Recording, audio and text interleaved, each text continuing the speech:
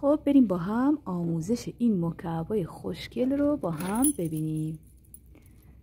یه آموزش فوق‌العاده کاربردی و آسون در عین حال زیبا. بریم با هم ببینیم.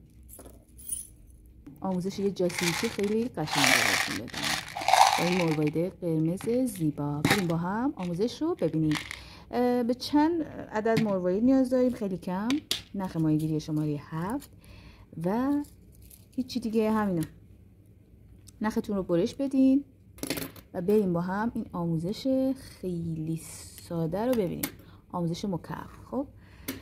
خب دوستان، برای کار 4 تا مروارید رو بردارید. خیلی راحت 4 تا مروارید رو برمیدارید، نخ میکنید و دونه آخر رو اشتراک میگیرید. اینقدر راحته این جاسویچی که واقعا درست کردنش اصلا هیچ زمانی نمیبره. خب اشتراک میگیرم به این شکل، خیلی راحت.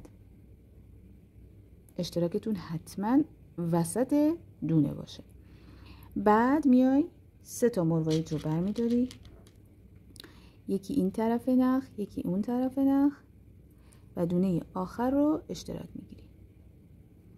و یه کاری که باید شما انجام بدین اینی که الان من میخوام توی همینجا ردیف دوم رو شروع کنم. هر 3 تا مروارید رو به یک طرف نخ میکنید و اشتراکی رو انجام میدید به این شکل. پس این از این. خب میای چی کار میکنی؟ دقیقاً میای یه ردیف دیگر رو میبافی. خب 3 تا مروارید رو به این طرف نخ بس میکنی و اشتراک میگیری به این شکل. به این شکل اشتراک گیری رو انجام میدی. خب و میای باز دقیقاً این دیگه ما میخوایم مکعبمون رو درست بکنیم. دوستان بازم تاکید من اینه که اشتراکتون حتما وسط دونه باشه که بافت شما قشنگ در بیاد به این شکل.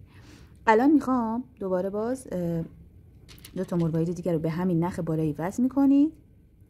وقتی که وصل کردین اشتراک میگیرین همونجا که نخ شما به اون سمت قرار بگیره به این شکل. خب به این شکل این کارو کردیم. خب این کارو کردیم.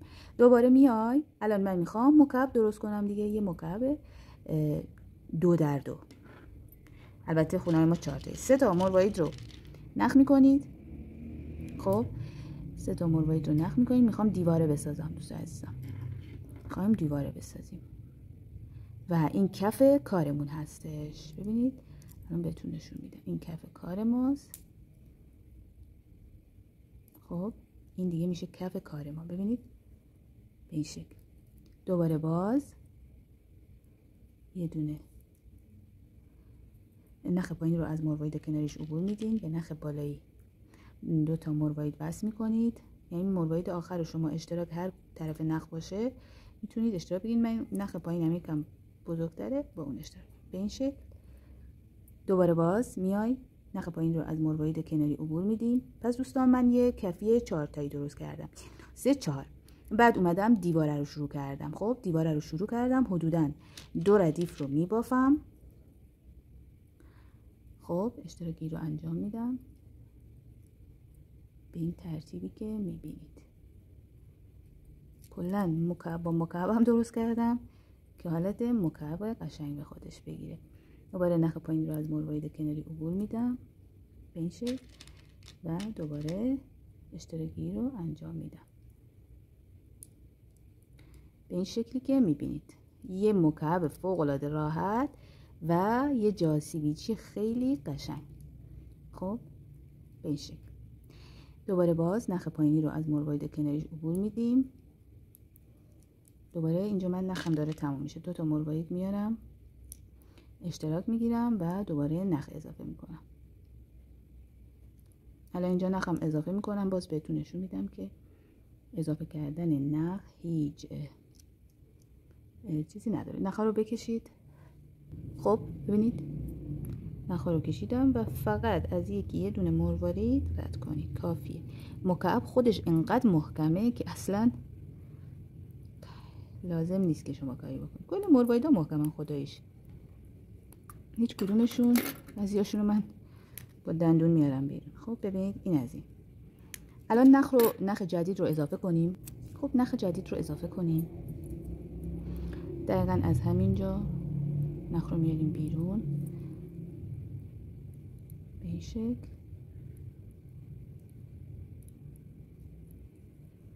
این شکل 2 تا مروارید رو نخ میکنید و ادامه میدید. 2 طرف نخ رو بکشید که هر 2 طرف به یک میزان باشن. به این شکل. دوباره باز نخ پایینی رو از مروارید کناریش عبور میدم. 2 تا مروارید میارم و اشتراک میگیرم. پس این دیواره ردیف اولم ساخته شد. خب این از این. میایم دونه آخر، شما میایین نخ رو از این 2 تا مروارید عبور میدین و با یه دونه مروارید اشتراک میگیرید. 1 دونه مروارید. خب یه دونه مروارید اشتراک میگیرید. الان دوستای عزیز ببینید، اگر خواستید دیگه اینجا میتونید ببندید و مکعب مثلا یک ردیفی باشه. حالا من میخوام مکعبم 2 ردیفی باشه، یعنی اینقدری باشه. دوباره میاد 1 ردیف دیگه دیواره رو ببافین که اون قسمت هم با هم بس کنیم. خب شروع ردیف 3 تا هستش، خیلی راحت. یه مکعب فوق العاده قشنگ و زیبا. خب خیلی قشنگه، خیلی. دوباره باز نخ کناری رو، نخ پایینی رو از مروارید کناری عبور میدیم، 2 تا مروارید میاریم و این مکعب زیبا رو درست میکنیم. توی مکعب میتونید از اشتراک اون آستانم استفاده کنید. خود مکعب خیلی خدایش خیلی محکمه و اینو من تایید میکنم که میتونید از این نوع اشتراک هم استفاده کنید. این شکل افتاد از دستم. این ردیف رو تموم کنم و کفش هم درست کنیم و یعنی اون قسمت بالاش رو درست کنیم که مکعب ما درست بشه. پس همینجوری پیش برید و این ردیف رو تموم کنید که قسمت بالاش هم درست بکنیم. خب دوستان، مکعب من داره تموم میشه. ردیف آخر رو بافتم، اینم دونه آخریش. الان میخوام کفشم ببندم دیگه. الان میخوام کفش رو ببندم. میای چیکار میکنی؟ خب میای نخت رو از مروارید کناری عبور میدین، دقیقا از این مروارید عبور میدین و 2 تا مروارید رو میاری به اشتراک میگیری. به همین راحتی، به همین راحتی به این شکل. دوباره باز میای نخ رو از این 2 تا مروارید، نخ پایینیت رو از این 2 تا مروارید عبور میدی و با یه دونه مروارید اشتراک میگیری. یه دونه مروارید اشتراک میگیری. با هر سایز و مدل مرواریدی شما میتونید. حالا من کریستالیش هم درست کردم، الان بهتون نشون میدم. این از این. خب دوباره میایین نخ پایینی رو از این 2 تا مروارید عبور میدین و آخرین دونه مروارید رو اشتراک میگیریم و تمام. اینم از مکعب زیبای ما، جاسیویچی مکعبی به این شکل. خیلی راحت و قشنگ. نخم دیگه اینجا شما مخفی کنید که چیزی نباشه. به این شکل. اینم از مکعب قشنگ شما. کلیدتون رو هم میتونید بهش بس کنید به این شکل. من بس کنم. حلقه ما یکم کوچیک. اینم از جاسیویچی قشنگ ما. نخواستم قیچی کنید که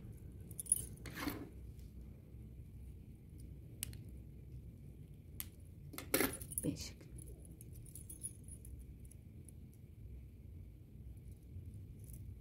حالا من کریستالیش هم بهتون نشون میدم.